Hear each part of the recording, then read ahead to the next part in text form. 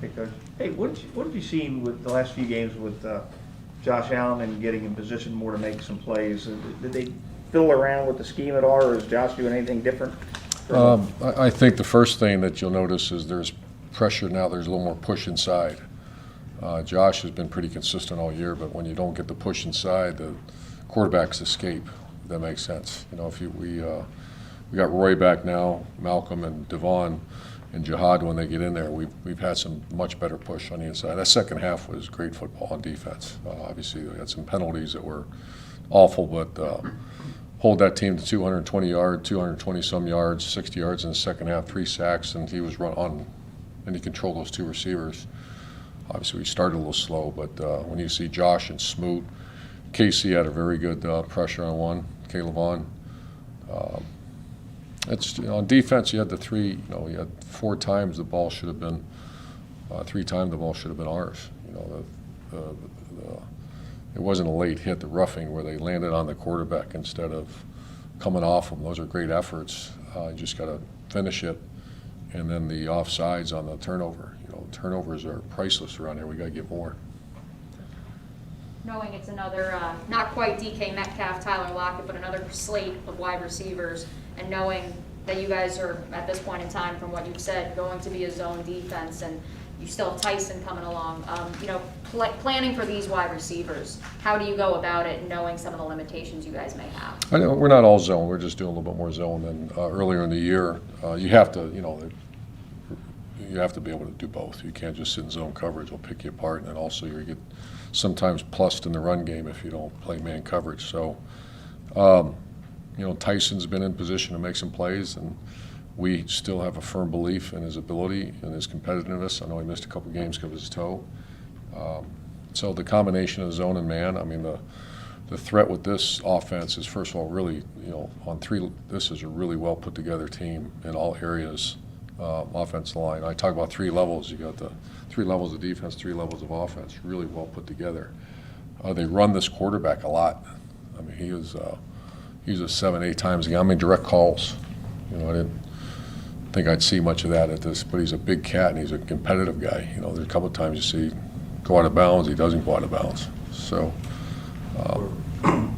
were there not enough interest or something you didn't see with the trade deadline? Yeah, not much happened in the NFL. You know, we all watched, and that's obviously Trent. And I would come in every day. We'd sit and talk. We had a few conversations, but nothing materialized.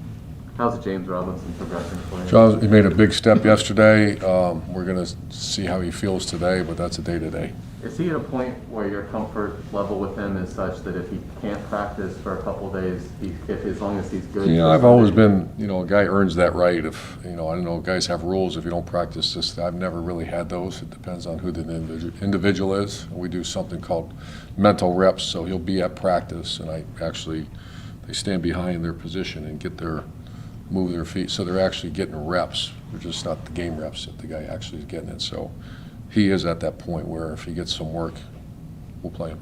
I think you said on your radio show last night, the speed has got to be, getting speed on offense has got to be one of your number 1 needs, or your number 1 need possibly in the offseason? Yeah, that's way up there. You know, it's just we have to, you know, a year ago the Jaguars had very little explosive plays, and we've had some this year, but not near you know, professional football, as is the highest level of college football. It's hard to take a ball and drive it 80 yards without big hits in there, and we just have to have those. So you've always had it when you were a coach. How much is this driving you crazy that you just don't have it? We still got, you know, we got enough to, we just got to execute. You know, I'll never say that we don't. Speed, you need speed. Do we have enough? Remains to be seen. Do we have enough to hit some big plays? Sure. It's just we got to execute. Agnew's got elite speed. Marvin Jones plays much faster than maybe a 40-yard clock. And Dan Arnold is one of the faster tight ends that we've seen. So there's speed on the field. We just got to execute. Going back to Buffalo's quarterback, how do you have to spy him? Do you have to must rush? How do you tweak that so that the guy doesn't? You know, the Dolphins did they did a little bit like they did against us. They played 6 up, no deep, or 0 coverage most of the day, and that takes away all these spread. There's no more spread offense when you do that. It turns on to, you know, if you can hang in there in coverage or not. So there's different ways to defend it. The one thing about they are a spread offense. They're a shotgun spread offense, and they can dink and dunk you and pick you apart if you sit back. So those are what's going on right now in the game planning. When you watch them on tape, does that give you hope that what you want to do will be successful in the NFL? Or more hope, maybe? I mean, you probably knew you were going to be at some point. Yeah. Help me out there. You know where I'm going, I think. It's still where we are. We have so much work to do, but I think, is it possible to have NFL plus spread components in it? When we were playing our best, the Cincinnati Bengals first half was one of the best I've seen, and that's where you see a combination of downhill pro formation running, and you also got the spread element. I really believe you can do both, and we are a work in progress. You've studied a lot of teams along the way, I think, in the NFL. Is Buffalo a great study for a young quarterback, his evolution? And like you just mentioned, we saw them in 2017 here in the playoffs, and their team is totally different now. We've studied the Buffalo. Trent and I just think how they built it is really intriguing to all of us. How did they build that team? And Buffalo's in my mind, one of the best builds that in recent history. Switching over to their defensive side of the ball, speaking of building, obviously a lot of those guys are homegrown talent on the defensive side of the ball for them. What's the biggest threat that they possess on defense? Their D coordinator is excellent. It's not a all over the place defense. It's extremely well coached with 3 levels of excellent players. It starts with their coverage, and that's where their nickel is a great player. Their 2 corners are the one on our left side's elite, and the other corner is very good. So it starts with coverage. They can play man coverage, and then consistently. And then you just see the defensive line. I mean, it's one of those teams that they maybe not have the highest paid guy in the NFL, but all 4 of those guys are really, really good. So all 3 levels, this is as good a team as I've seen. After the quarterback in Buffalo, what was probably the other 2 or 3 keys to their build that you talked about just a moment ago? I think defensively, when you got Josh Allen, they start talking about, but they lead the league in defense. You watch them play defense, you can tell they lead the league in defense. It's not because they're tricking you. It's because they're just really well coached and have great players everywhere. So for Trevor, as far as his preparation and you guys preparing him, is there any other game earlier this season you can fall back on, or is this defense just so different from anybody else you've faced? This is a 4-3 defense. I'm trying to think. The last 4-3 defenses are hard to find in the NFL now. It's mostly 3-4. Seahawks were a little bit of a 4-3, but they did both. A lot of bear defense. Houston was a very 4-3 defense, but that was 6 years ago. So What kind of potential does Luke Farrell have for you? he's great. He's as our staff says, there's a lot of tread on those tires. We didn't.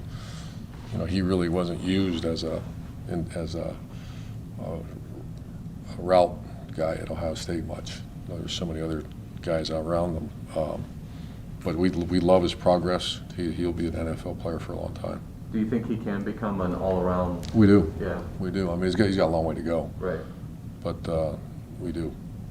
At this juncture of the season, in terms of incorporating some of your more young players, I mean, I know obviously you guys have gotten Andre Cisco on the field for a couple reps here and there. What's kind of, the focus in terms of bringing guys along while also still making sure you have continuity of who is playing? Yeah, it's every second of the day is how do you win a game, and that's the mentality. It's not are we building for this or no. We're every second. I still believe in this locker room. I still believe in this team. We had great momentum. We got to get it back. We didn't play very well. We had a bunch of penalties and uncharacteristic of what was going on the 3 or 4 weeks prior to that. If Cisco keeps improving, he'll play more, and we still feel very good about him. The other guy in front of him has been playing really well. There's a lot obviously going on around Trevor Sunday, but did you think he looked a little out of sync? Did they show him some different stuff? Not really. I think he's a young quarterback that at times at times he looks like a 10-year vet, and other times he doesn't. And I've always said this about a quarterback: is when he has a great day, I got a feeling when I give you the grades of everyone else, they played really good. When a quarterback struggle, if I give you the grades, the guys around him, he's a product of those around him. And we didn't play very good on offense. Certainly I mean, you take about the steady improvement, and then all of a sudden you did this. Got to get it back. Rudy Ford played in the slot a decent bit on Sunday. Is that something you guys could experiment a bit more moving forward? Yeah. Rudy Ford's been he's been one of our most productive players. He's fast as fast, and he's aggressive. You know, he's one of the best special teams players I've ever seen. And we need his speed. And Trey's still battling a little bit with that knee, and so he's earned that, and he'll play more. Has it been impressive to you just to see him kind of carve out more of a role on defense after being added as a special teams guy? Yeah, but you know, when we saw him, I remember we were doing the free agency back in when it was February, and I remember I watched him probably 100 times and said, "My gosh, you know, this guy's got elite speed. He's tough as nails." And we kept doing research. Why hasn't he played on defense? And then he's proven that he can. Offensive line play, having watched that Seahawks tape back a couple of times, what is your expectation for that for your line coming into this game, and what has to change or improve? Yeah, we're still down 2. We did not play, you know, that's one of our most consistent spots when you look at statistic, protecting the quarterback and, you know, yards per carry. That's been one of our consistent. I don't think we played as good as we have in the past few games prior to that. So we better play.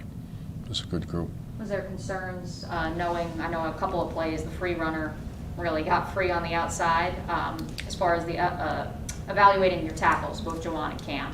How would you evaluate them from last week? A free runner, because the guy got beat? Yeah, a couple of times that they both got beat, yeah. Yeah, like I said, I think that wasn't one of our better games, and, you know, we also, when you're throwing the ball 55, whatever it is, you know, we had 1 sack and some pressures, but that's not, you know, you face Carlos Dunlap and those cats, and you're going to drop back 55, whatever it was. That's not where we want to be. I don't think anybody wants to be there. Thanks, guys. Thanks, Coach.